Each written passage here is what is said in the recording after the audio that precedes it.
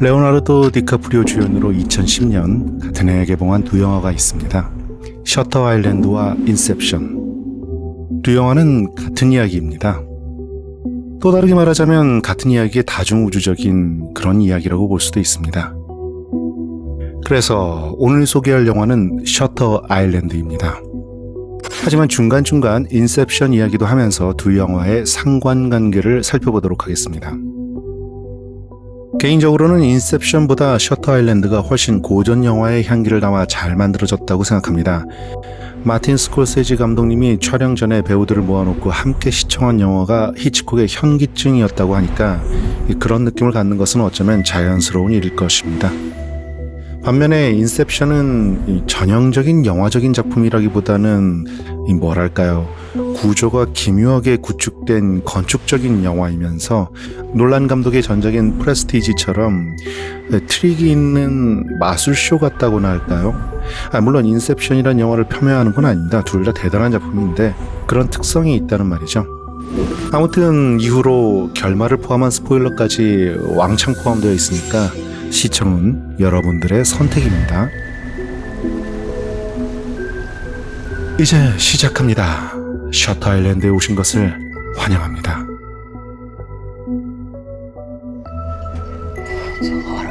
영화가 시작하자마자 레오나르도 디카프리오가 맡은 역인 연방보안관 테디는 변기에 머리를 박고 구토를 하고 있습니다. 심한 배멀미 중이죠. 그는 지금 셔터 아일랜드로 가는 중입니다. 그러니까 셔터라는 이름의 섬이지요. 셔터 아일랜드에는 정신 이상 중범죄자 수용소가 있습니다. 그곳에서 사라진 수감자 사건을 수사하려는 목적으로 가는 것이죠.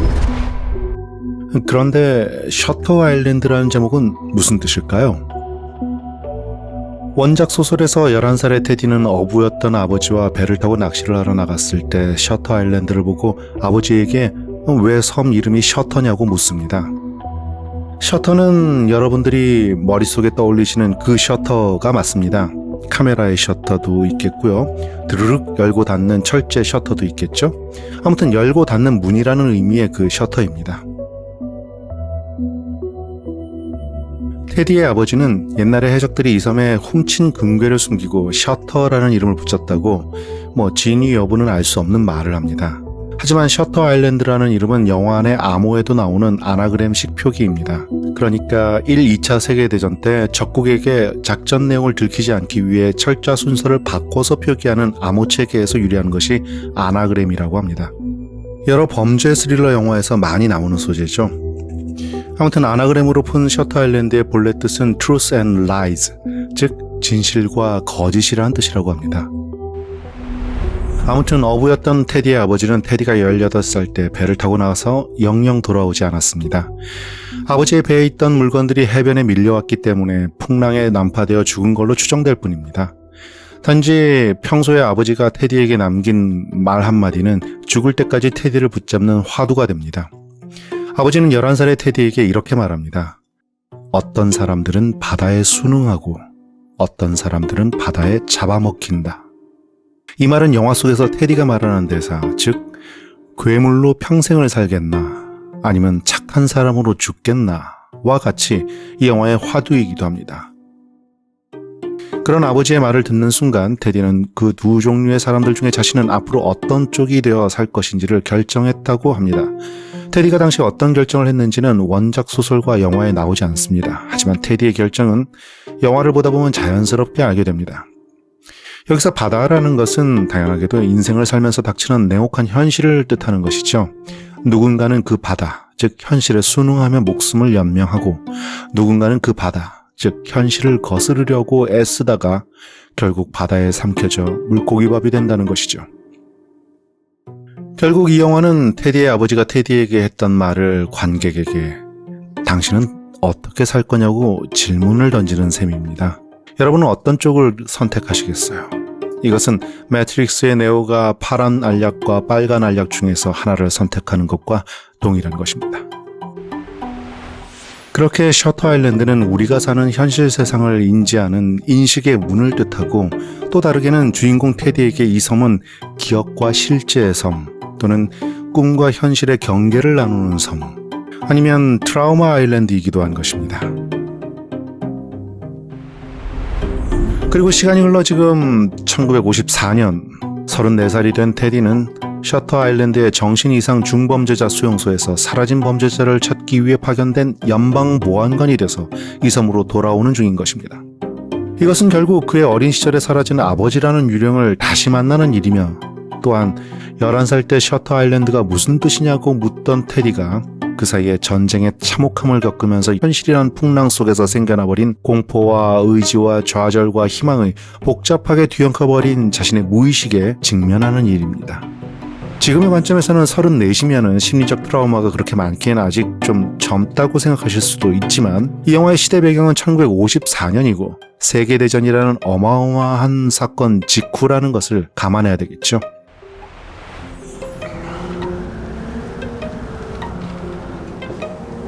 테디는 동료 수사관인 척과 갑판에서 이야기를 나눕니다. 이를 통해 우리는 테디의 히스토리에 대해서 조금 더 알게 됩니다. 테디의 아내는 2년 전에 화재 사고로 죽었다고 합니다. 테디는 아직도 아내를 잊지 못해서 매일 밤 꿈속에서 그녀를 봅니다. 테디는 2차 세계대전에 참전했었고 수많은 전공을 세워서 여러 개의 훈장을 받았었지만 전투 중에 수많은 살인을 했습니다. 물론 전쟁 중에 적을 죽인 것이니까 정당한 일이긴 하지만 민간인을 포함한 수많은 처참한 사상자들과 전쟁 중에 정신이 이상해진 동료들을 보면서 극심한 죄책감과 번민 그리고 정신적인 충격을 갖게 되었습니다. 그래서 그는 PTSD, 즉 외상후 스트레스 장애로 알코올 중독이 있습니다. 전쟁 이후 그는 연방보안관이 되었는데 집요한 추적 끝에 수많은 범죄자들을 잡아서 전설적인 명망을 얻게 되었습니다. 그러던 그가 이제 셔터 아일랜드의 정신 이상 중범죄자 수용소에서 탈출한 환자를 찾는 임무로 셔터 아일랜드로 가게 된 것입니다. 그런데 여기서 이상한 것은 막상 동료인 척과 이야기를 나누는 테디는 동료인 척에 대한 기억이 없다는 것입니다. 반면에 척은 테디를 아주 잘 알고 있습니다. 왜일까요?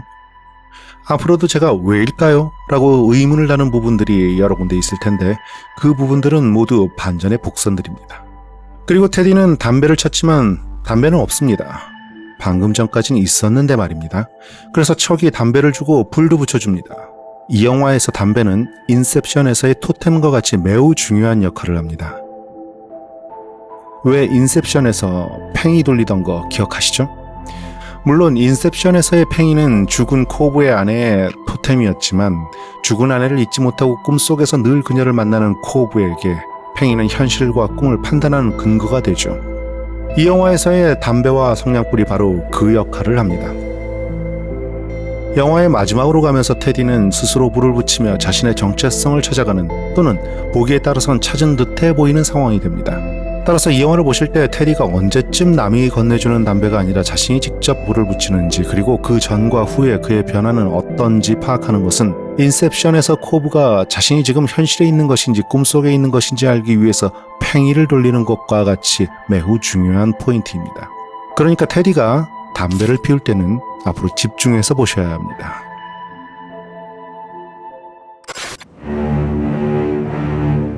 테디와 척이 탄 배가 셔터 아일랜드에 다가가면서 나오는 이 어둡고 장엄한 음악은 현대 음악의 거장인 크리슈토프 펜데레츠키의 심포니 3번입니다.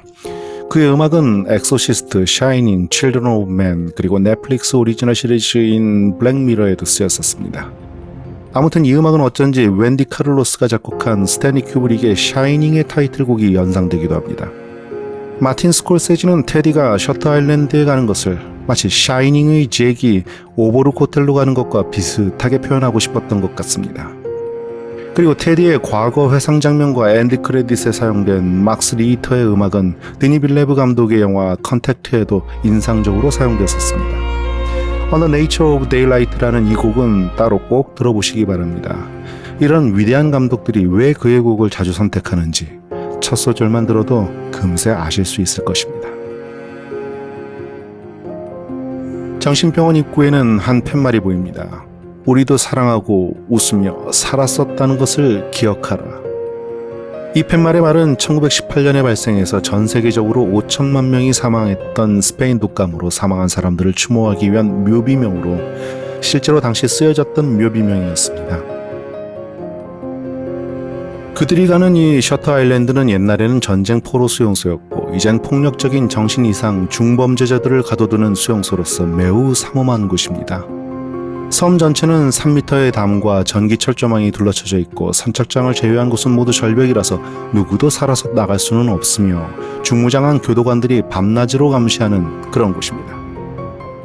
이곳에 있는 중범죄자들은 중무장한 교도관들이 감시한다고 했는데요.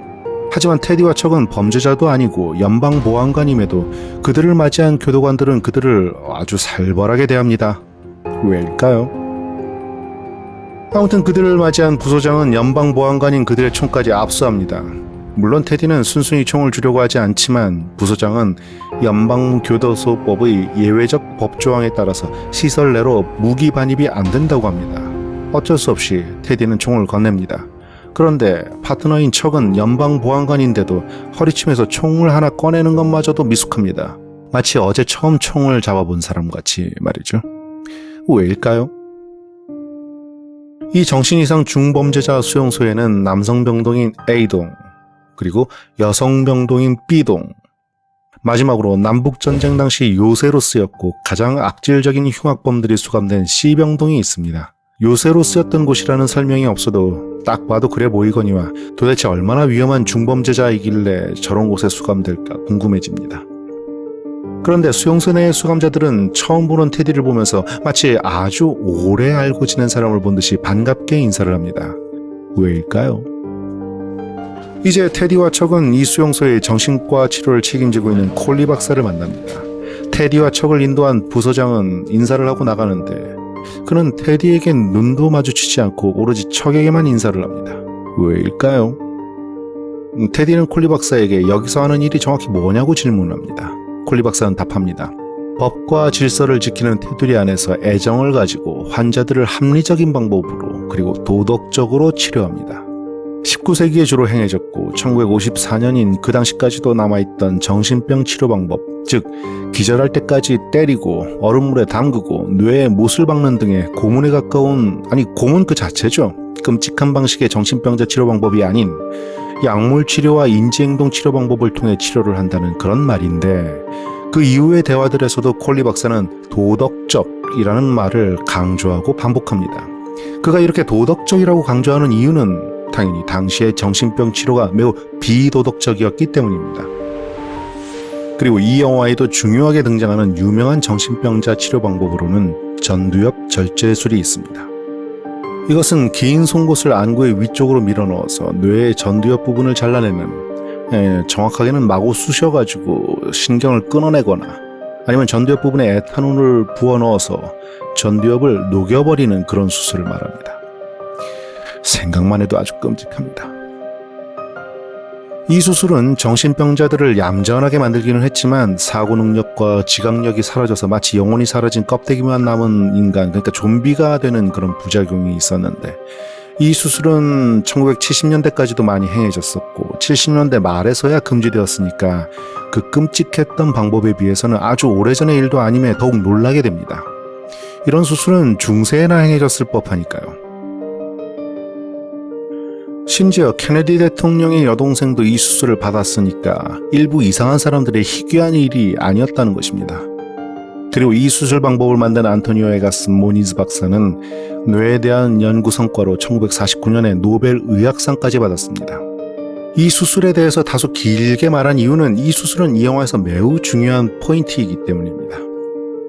자, 그런데 그런 와중에도 척은 시계를 초조하게 보거나 아니면 테디를 보면서 묘한 미소를 짓고 있습니다. 왜일까요? 테디는 액자에 걸려있는 각종 수술 방법들을 멍하니 바라보고 있는데 카메라에 가까이 위치한 테디는 포커스가 나가 있고 그런 테디 너머에 콜리 박사는 포커스가 맞아 있으며 프레임 너머의 척과 대화를 하고 있습니다. 서로 상반된 생각과 미래 그리고 그 인물들의 상태를 단 하나의 샷으로 표현하는 아주 좋은 예입니다. 물론 감독이 원한 앵글일 수도 있지만 아카데미 촬영상을 3번이나 받았던 로버트 리차드슨 촬영 감독의 남다른 감각은 이 영화 곳곳에서 빛을 발합니다. 이제 테디가 여기 온 핵심적인 사건에 대해서 콜리 박사가 말합니다. 레이첼 솔란도라는 이름의 여성 환자가 이 수용소를 탈출한 것입니다. 그런데 이해할 수 없는 것은 그 환자가 있던 병실의 문은 바깥에서 잠겨 있었고 창문은 쇠창살, 그야말로 연기처럼 사라진 것입니다. 그런데 그녀가 사라진 것은 전날 밤 10시부터 12시 사이였습니다. 그리고 다음날 오전인 지금 테디와 척은 조사를 위해서 이곳에 와 있고요. 육지에서 멀리 떨어진 섬이라는 특성을 고려한다면 아무래도 너무 빠른 수사의 전개입니다. 왜일까요? 아무튼 이제 그 레이첼 솔란도라는 여성이 도대체 무슨 짓을 해서 이 수용소에 갇히게 되었는지 콜리 박사가 말해줍니다. 레이첼 솔란도는 전쟁 미망인이었습니다. 그녀는 어느 날 자기 아이 셋을 호수에 빠뜨려 죽인 뒤에 그 시체를 건져내서 식탁에 앉히고 태연하게도 아침 식사를 하다가 이웃 사람의 신고로 잡혔다는 것입니다. 완전 미친 거죠. 그런데 레이첼 솔란도의 사진을 보자 테디는 과거에 참전했던 전쟁에 끔찍했던 기억이 떠오릅니다. 왜일까요? 그리고 테디는 지병인 편두통에 괴로워합니다. 콜리 박사는 테디에게 아스피린을 줍니다. 테디는 그것이 진짜 아스피린인지 아닌지 확인도 없이 꿀떡꿀떡 잘도 먹는군요. 저것은 아스피린이 맞을까요? 아닐까요? 이제 테디와 척은 레이첼 솔란도가 마술처럼 사라진 그녀의 병실을 수색합니다. 외부의 쇠창살의 그림자가 테디에게 드리워지도록 조명을 세팅한 그런 샷입니다. 이어지는 샷에서 쇠창살이 단단하게 고정되어 있는지를 확인하는 장면은 척이 아니라 테디가 했었으면 더 좋았을 것 같습니다. 탈출하고 싶어하는 느낌을 줄 수 있으니까요. 네? 네. 아직은 뭔 말인지 모르실 수 있지만 조금만 더 따라와 보세요. 재밌어집니다. 아무튼 이것은 세트 촬영인데 우연히 이런 앵글과 조명이 있을 수는 없는 일입니다. 이 영화는 모든 샷과 컷과 씬과 시퀀스가 연구 대상입니다. 한 번은 줄거리 중심으로, 또 한 번은 촬영이나 편집을 중심으로, 그리고 한 번은 테디의 입장에서, 그리고 또 한 번은 척의 입장에서 영화를 여러 번 보신다면 이 영화가 얼마나 섬세하게 만들어졌는지 아실 수 있을 듯합니다. 영화는 머리를 식히고 즐기기 위해서 보는 청량음료 같은 것일 수도 있고, 조금은 자세를 바로 하고 찬찬히 음미하는 것에서 즐거움이 샘솟는 차와 같은 것일 수도 있습니다. 어느 것만 옳거나 좋은 것이 아니라 둘 다 때와 상황에 따라 다르게 필요하겠죠. 이 영화는 여러 번 다시 보고 원작 소설과 비교해보는 재미를 줄 수 있는 좋은 차와 같습니다. 단지 이 영화가 원작 소설을 너무 충실하게 거의 그대로 표현해서 원작을 잘 살렸다는 그런 좋은 점과 원작과 영화의 차이를 찾고 비교하는 재미를 음미할 여지가 그만큼 적어진다는 덜 좋은 점이 있습니다. 너무 잘 만들어도 탈입니다. 레이첼 솔란도의 병실을 뒤지던 테디는 무언가를 발견합니다. 그것은 레이첼 솔란도가 남긴 것으로 보이는 쪽지였습니다. 그리고 거기에 적힌 내용은 다음과 같습니다. 4의 법칙, 67은 누구인가? 이런 숫자 수수께끼가 나오면 애치는 게 수포자였던 저는 일단 긴장합니다. 그리고 이 수수께끼를 풀지 못하면 머리가 나쁜 것이 증명되는 것처럼 느껴져서 침을 꼴깍 삼키고 눈을 부릅뜨립니다. 아무래도 바보가 되긴 싫은가 보죠. 아무튼 이 4의 법칙은 원작에 비해 축약된 것입니다. 원작에는 이렇게 되어 있습니다.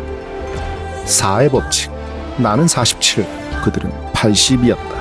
플러스 당신은 3, 우리는 4. 하지만 67은 누구인가? 이거 마치 숫자로 이루어진 이상의 오감도 시제 4호를 읽는 그런 느낌입니다. 아니 13인의 아이가 질주하오로 시작하는 오감도 시제 1호도 무슨 뜻인지 확실히 모르겠는데 이렇게 숫자로 구성된 시제 4호를 제가 어떻게 감히 읽겠어요. 그저 보는 거죠. 멍하니. 시가 아니라 그림인 거죠. 저에겐.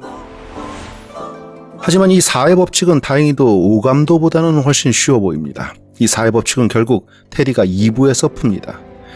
여러분도 그 사이 한번 추측해 보시죠.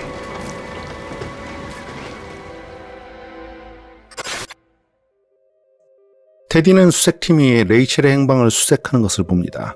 하지만 수색팀은 아무래도 수색할 의지가 전혀 없어 보입니다. 왜일까요? 그런 수색팀을 보면서 테디는 한심하다는 듯이 혀를 찹니다. 그리고 멀리 등대가 보입니다. 테디가 등대에 대해서 묻자 부소장은 옛날에는 이게 등대로 쓰였지만 지금은 섬에서 나오는 하수를 처리하는 시설이라고 말해줍니다. 아니 세상에 등대에서 무슨 하수를 처리하죠? 하지만 부소장의 입장에서는 메타포로 그 말이 맞을 수도 있습니다. 부소장의 입장에서는 치료 불가능한 수감자들은 결국 하수, 오수, 폐수와 같이 생각될 수도 있으니까요. 네? 네.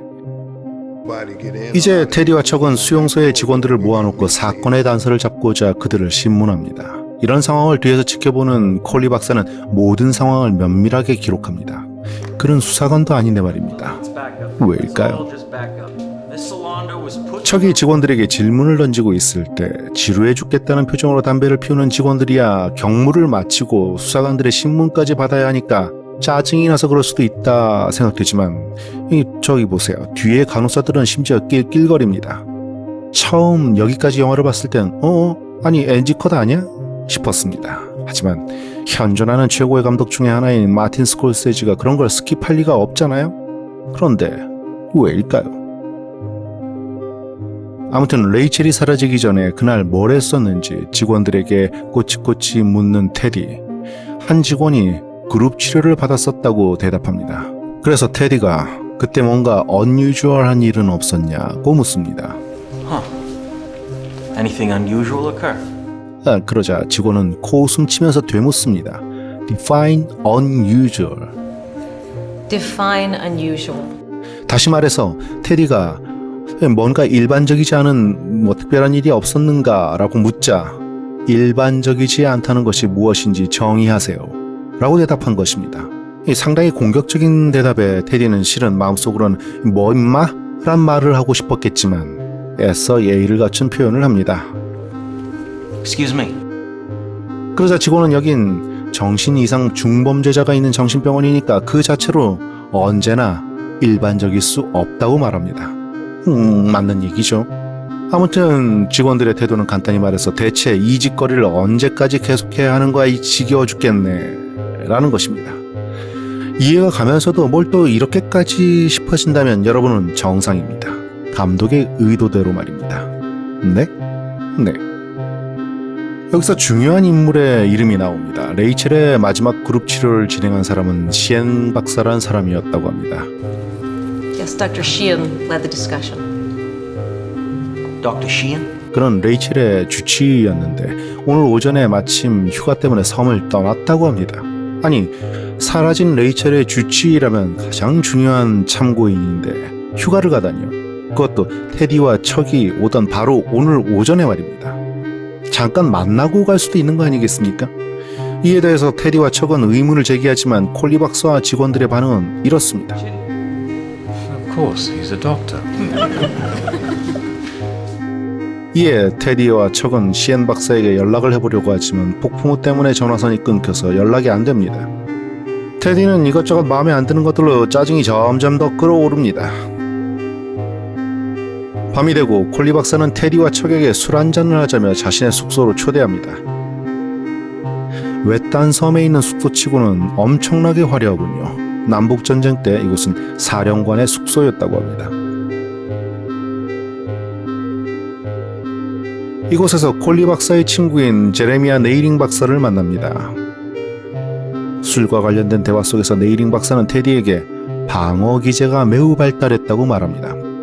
방어 기제는 말 그대로 감정적 상처나 불안으로부터 자신을 무의식적으로 보호하는 그런 심리죠. 테디는 전쟁으로 인한 PTSD, 즉 외상후 스트레스 장애로 알코올 중독이 있었습니다. 그런 테디에게 네이링 박사는 또 이렇게도 묻습니다. 그쪽 일을 하는 사람들은 술을 많이 마시죠? 이제 테디는 네이링 박사에게 짜증이 나기 시작합니다. 그리고 이번엔 또 네이링 박사가 이렇게 말합니다. 두 분은 단 한 번도 싸움에서 도망쳐 본 적이 없는 유형의 인간이군요. 이에 척이 이렇게 답합니다. 아니 어떤 상황에서도 도망치지 말라고 그렇게 배우면서 컸습니다. 그러자 네이링 박사는 누가 그렇게 키웠냐고 질문합니다. 네이링 박사는 이미 테디가 어릴 적에 아버지를 잃었다는 것을 알고 질문하는 것입니다. 어떻게 하냐고요? 왜일까요? 이에 원작 소설에서 테디는 이렇게 대답을 합니다. 곰이 나를 그렇게 키웠다. 그러니까 자신의 이름이 테디니까 짜증나는 네이링 박사에게 비아냥거리는 유머로 내가 테디니까 베어가 키웠다 임마 라고 말한 것이죠.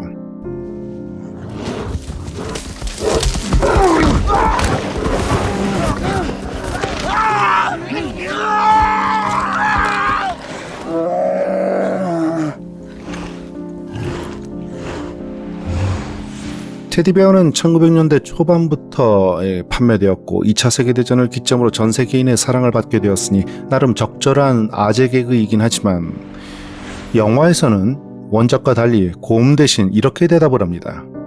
늑대가 나를 그렇게 키웠다. Me? Wolves. Ah.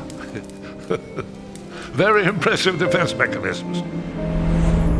왜 원작의 곰을 늑대로 바꿨는지는 알 수 없지만 당시 이미 3년 후에 개봉을 위해서 더 울프 오브 월스트리트의 시나리오가 작업 중이었고 주연으로는 레오나르도 디카프리오가 이미 출연 결정된 상태였기 때문에 이를 염두한 마틴 스콜세지식의 유머는 아닐까 하고 추측을 해봅니다. 아무튼 이때 실내에선 말러의 피아노 4중주가 흐릅니다. 이 음악은 테디의 악몽을 리마인드 시킵니다. 전쟁 중에 테디의 부대가 공격했던 독일군 포로 수용소의 사령관의 집무실에서 흐르던 그런 곡이었기 때문입니다. 그러니까 이 말로의 곡과 막스 리히터의 곡은 인셉션에서의 그 에디트 비아프의 음악과 마찬가지로 꿈과 현실을 구별하고 과거의 기억과 현재를 구별하는 그런 소재로 쓰이는 것입니다. 그곳에서 테디는 무고하게 죽은 수많은 사람들을 봅니다. 특히 엄마의 품에서 죽은 소녀의 모습이 잊혀지지 않습니다. 그리고 독일군 포로 중에 하나가 달아나자 우발적으로 거기에 있는 포로들 모두를 죽이게 됩니다. 사륙이죠. 이 독일군 포로 수용소는 독일 뮌헨 지방에 있는 포로 수용소였는데 포로들에게 생체 실험이 행해진 악명 높은 곳입니다. 일본군에 의해 생체 실험이 행해진 731 부대와 같은 곳이죠. 오전부터의 비협조적인 이곳 사람들, 그리고 사라진 시엔 박사, 배멀미와 극심한 편두통, 그리고 네이링 박사의 저 짜증나는 말투, 마지막으로는 네이링 박사가 불과 몇 년 전까지 자신이 전쟁에서 죽고 죽이던 독일인인 것까지, 이 모든 것들이 다 마음에 안 드는 테디는 결국 화를 내고 자리를 떠납니다. Bullshit out of the question. We're taking the ferry back in the morning. Come on, Chuck.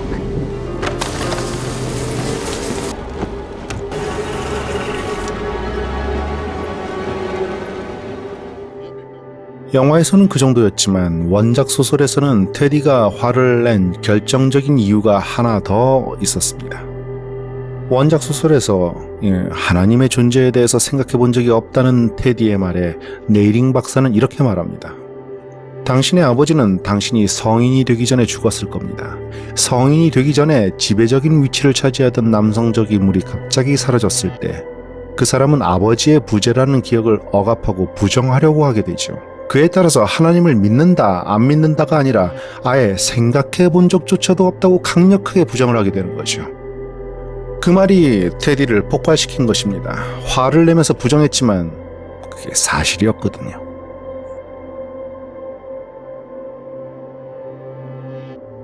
테디는 꿈속에서 늘 죽은 아내 돌로레스를 만납니다. 인셉션의 코브도 꿈속에서 늘 그러했듯이요. 이 꿈속 장면에서의 시점샷을 잘 보셔야 합니다. 그러지 않으면 약간 과도한 카메라 워킹과 뭔가 툭툭 끊기듯이 어색한 편집, 그리고 맞지 않는 시선 처리 등등이 아주 이상하게 느껴지실 겁니다. Killed a lot of people in the war. 돌로레스는 테디의 알코올 중독을 탓하면서 술병을 들고 있습니다. 보이시죠?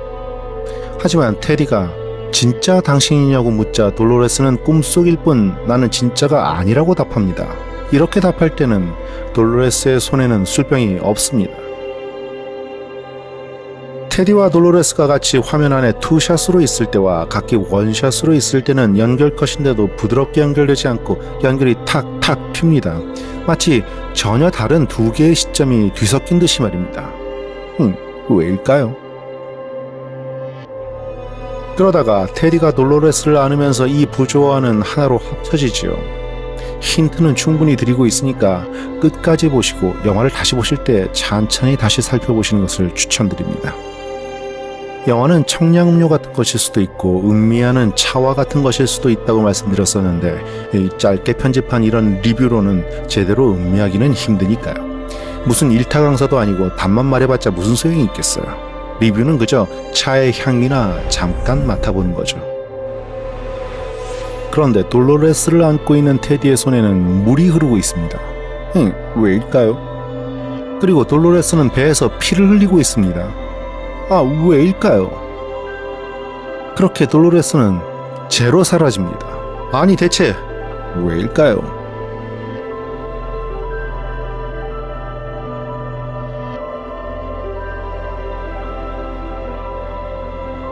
이 꿈속 장면은 이 영화의 핵심을 담고 있는 아주 중요한 씬입니다. 영화에서는 간략한 대사로 표현되었지만 원작 소설에서 테디가 꿈속의 돌로레스에게 하는 대사를 읽어드리겠습니다. 돌로레스, 우린 같이 늙어가기로 했잖아. 아이도 낳고 오래된 나무 밑에서 산책도 하면서 당신의 피부에 주름살이 새겨지는 것도 보고 싶었어. 그리고 같이 죽고 싶었지.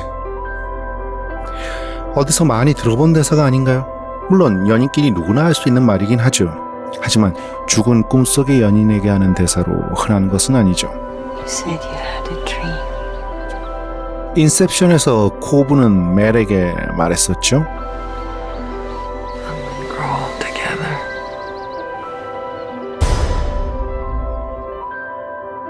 그리고 아내인 멜이 코브에게 당신이 나에게 그렇게 말했었잖냐고 따지죠. 이 장면 기억하시나요? 그리고 You said we'd be together! You said we'd grow old together! Come back. 그리고 죽어가면서 또 이렇게 말합니다. You said you dreamt that we'd grow old together. We had our time together. And I have to let you go.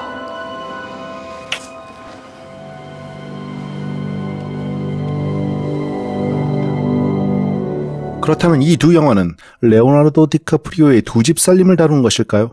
부부의 세계 헐리우드 리메이크 버전 레오의 세계. 꿈에서 깬 테디의 손에는 꿈에서와 똑같이 물이 흥건합니다. 어디 보자. 손금을 보니까 디카프리오는 아무튼 폭풍으로 천장에서 물이 새고 있었군요. 야박한 콜리 박사. 자기는 궁궐에서 자면서 외부 손님은 이런 곳에서 재우다니요.